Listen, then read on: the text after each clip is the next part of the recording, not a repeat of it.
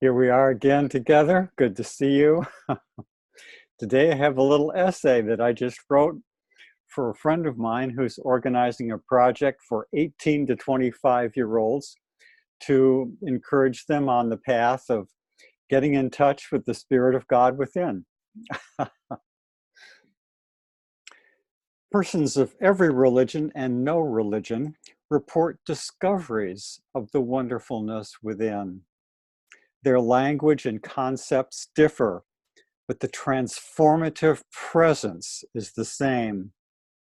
A source of energy, power, insight, wisdom, love, mercy, peace, joy, creativity, purpose, guidance, though not necessarily all at the same time.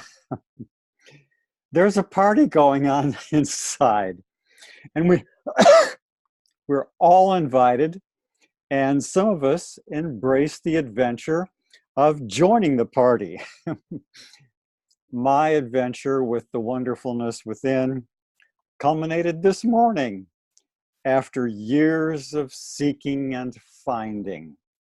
My journey has included the Buddhist practice of conscious breathing, the Christian practice of centering prayer, other prayer methods, and a practice of worship that involves mind, soul, and spirit.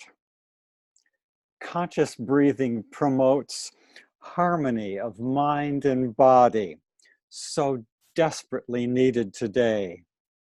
In the peace of that harmony, the wonderfulness within can reach us far more effectively than a mind that is distracted and distressed.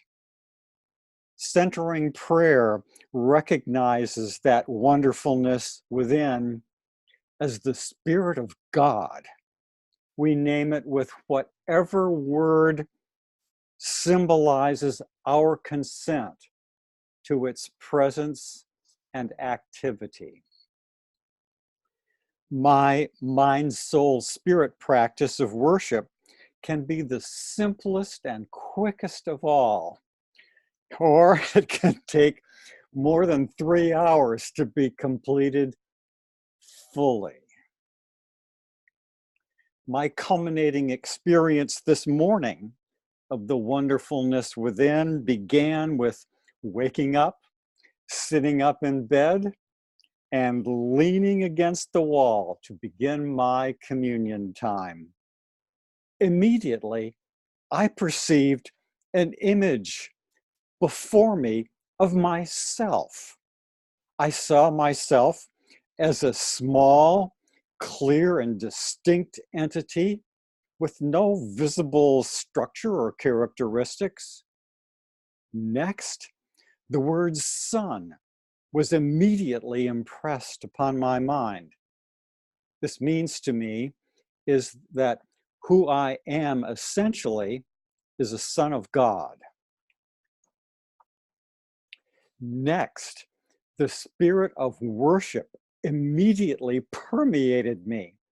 And there I was in the simplicity of presence.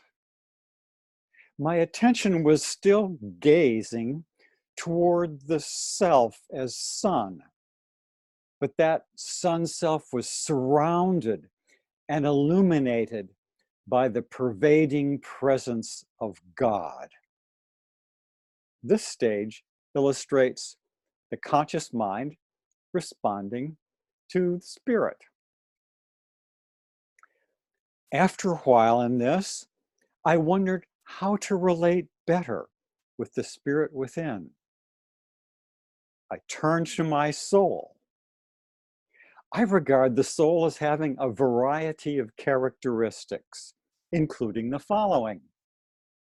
The soul is the true self, the deeper self. The soul is that part of me which God is continually creating, especially as I cooperate by making wholehearted and personal moral decisions and carrying out those decisions.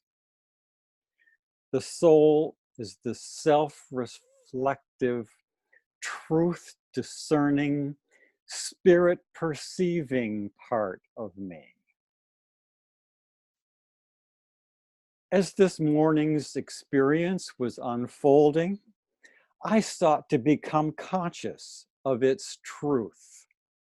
I turned to my soul and I identified myself as soul, seeking to know what I, could discern. Immediately, two truths came up. This spirit gift, the wonderfulness within, is the loving Father's approach to me. And I am to become eternally one with this spirit gift. Now, the initial image of self as son that had been projected outside me was gone. In its place was a centered experience of beholding the Spirit, the wonderfulness within, at no distance from me. I was enjoying worship in its simplest definition: contemplation of the spiritual. There's more to the story, but this is enough to give you an example of what mind, soul, spirit practice of worship can get you into. What difference has it made in my life to develop my spiritual experience along these lines? My career as a teacher of a great many subjects, mostly philosophy and religion, has been transformed by the approach which I will share in a moment. My personal growth has accelerated and gone to the depths. My ability to bless others has grown. My conviction of finding the will of God has blossomed in a new major project in my life. And now I am identifying with the passion for justice expressed by so many young people.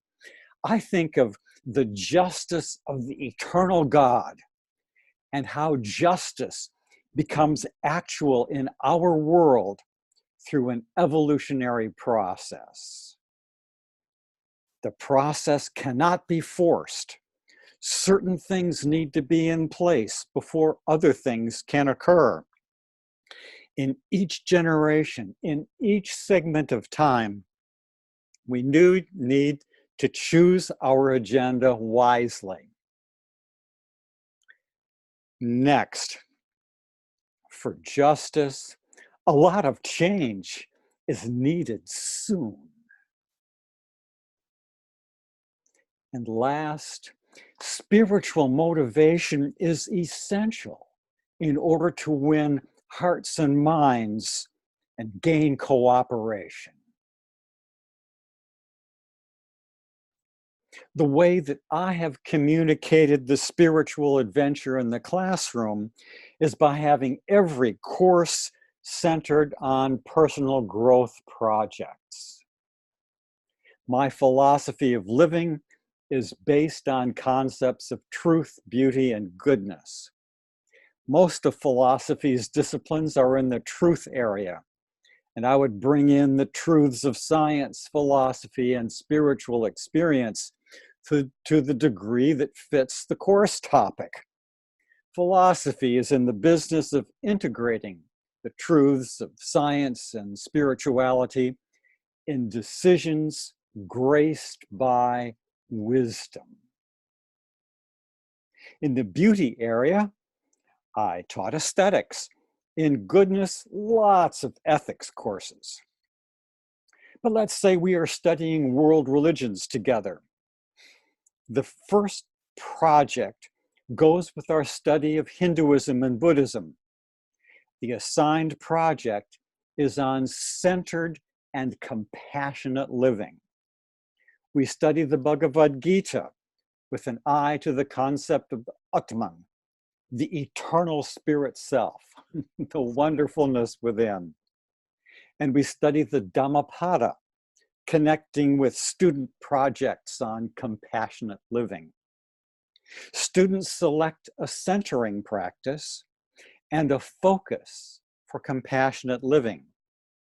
In designing a project, each student is encouraged to tackle the most important challenge in his or her personal growth, the most difficult situation, relationship, or growth need, if it is psychologically reasonable for the person to do so, and if the student chooses to work on their biggest challenge. After about 3 weeks of the centering practice, some students begin to report transformative spirit experiences. By the end of the semester, about 10% have tried to stay of the class, have tried to stay below the radar, have not, it seems to me quite obviously, engaged wholeheartedly in the project, and have nothing particular to report. Roughly 20% report good experiences, and the rest of them report transformative experiences. The students creatively apply concepts discussed in class to the problems that they have chosen to focus on. Their papers include a report of what they did, what happened, and what they learned from their experience, plus a commentary on that experience report constructed from the perspective of the religious tradition or philosophy or whatever it is that we're studying in that course at that time. One last thing. I always encourage students to work with whatever concepts of truth, beauty, and goodness fits their language and their concept. Instead of talking about truth, they may prefer to speak of intuition or insight. Instead of beauty, they can talk about what is awesome or cool or amazing. And for goodness, they might want to speak of making a difference or giving back.